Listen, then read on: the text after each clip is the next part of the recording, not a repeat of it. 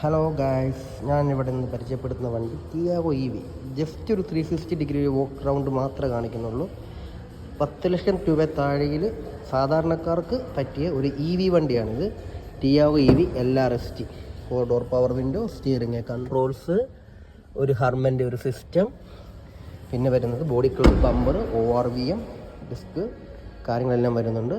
Just ഒരു pocket rocket എന്ന് പറയാം. നമുക്ക് സാധാരണ രീതിയിൽ അഫോർഡബിൾ ആയിട്ടുള്ള ഒരു സാധാരണ മനുഷ്യർക്ക് പറ്റിയ ഒരു വണ്ടിയാണിത്. ഇപ്പോഴാണെങ്കിൽ ഓഫറുണ്ട്, 65,000 രൂപ വരെ വണ്ടിക്ക് ഓഫറും ഉണ്ട്.